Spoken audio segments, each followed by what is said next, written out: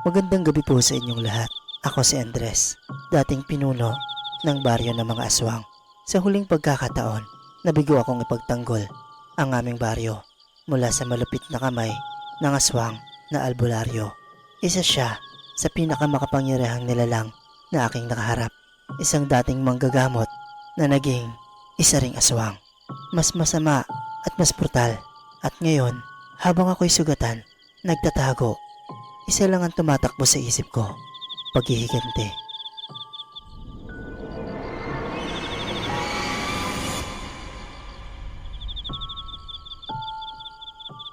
Sa madilim na kuweba, kung saan ako nagkukubli, unti-unti kong naramdaman ang sakit ng aking mga sugat.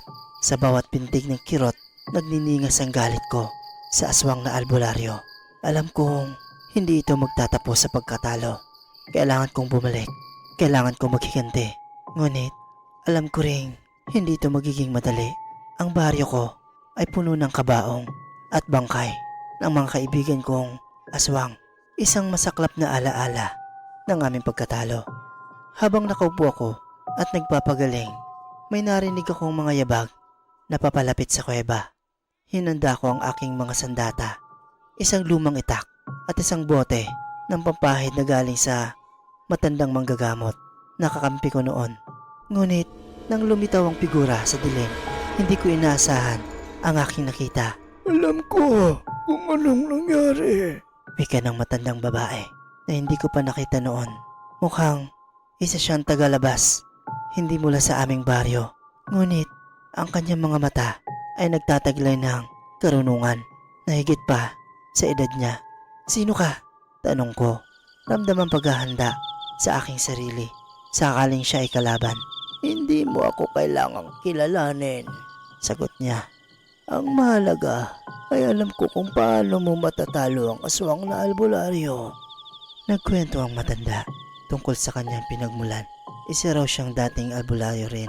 Ngunit mas pinili niyang lumayo sa itim na mahika at sa makapangyarihang sumisira sa kaluluwa.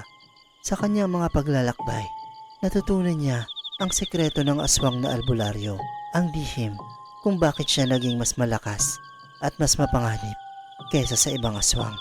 May ginawa siyang ritual na nagbigay sa kanya ng lakas na hindi pangkaraniwan.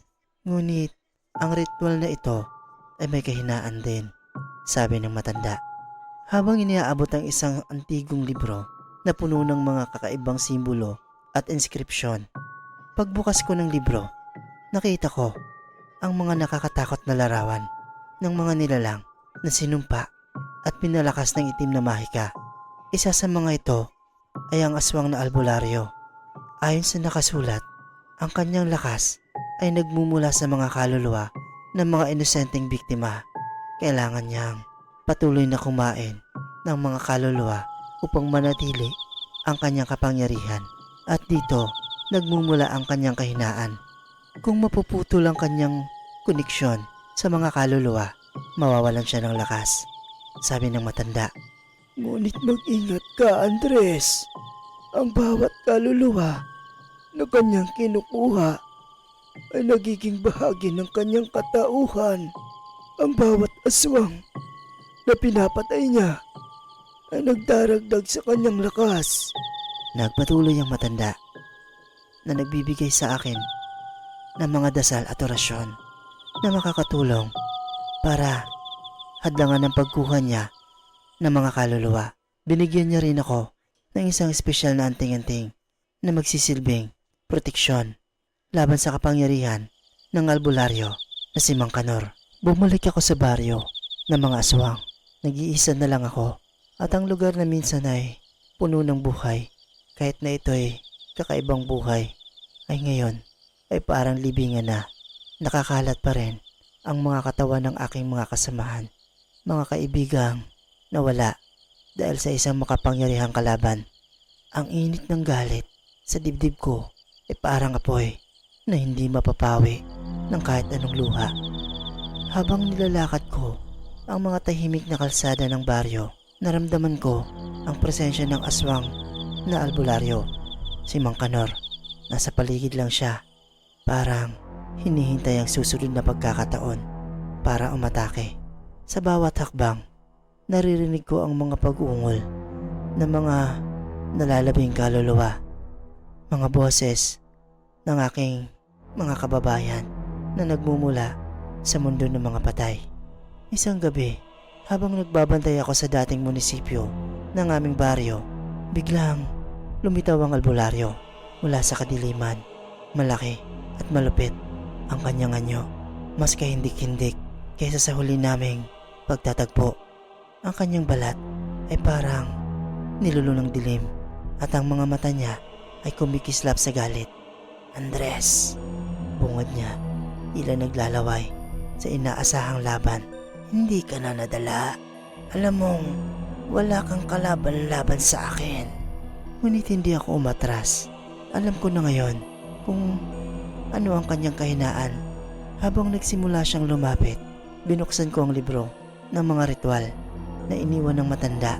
Nagsimula akong bigkasin ang mga orasyon, ang mga silatang tila nagmula pa sa pinakamadilim na bahagi ng mundo. Habang naglalakad kami, nagbago ang anyo ng albularyo. Para siyang isang halimaw na nagbabago ng anyo, isang patay na multo na patuloy na bumabalik sa buhay.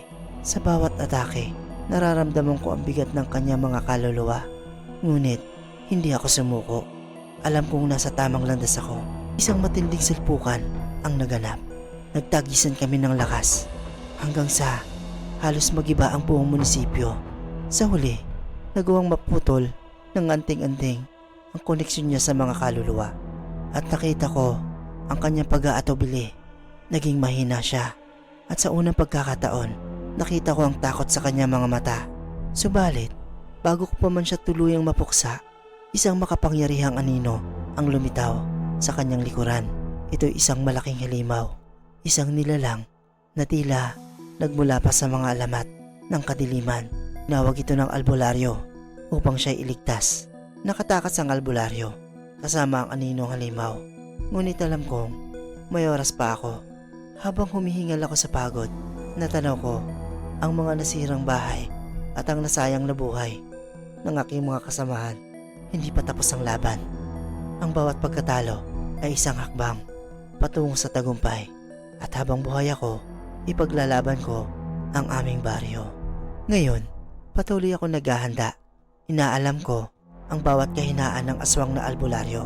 Si Mang Kanor, nag-aasam ng pagkakataong muling makaharap siya. Sa susunod na pagtatagpo namin, hindi na siya makakatakas. At higit sa lahat, ipagtatanggol ko ang baryo mula sa mga kamay ng mga halimaw na pilit sumisira sa amin. Para sa mga tagapakinig, ito ay simula pa lamang ng aking kwento. Hindi ko alam kung hanggang saan ako aabot. Ngunit isang bagay ang tiyak, hindi ako susuko. Abangan ang susunod na kabanata ng aking pakikipaglaban sa pinuno ng mga aswang na si Mang Kanor.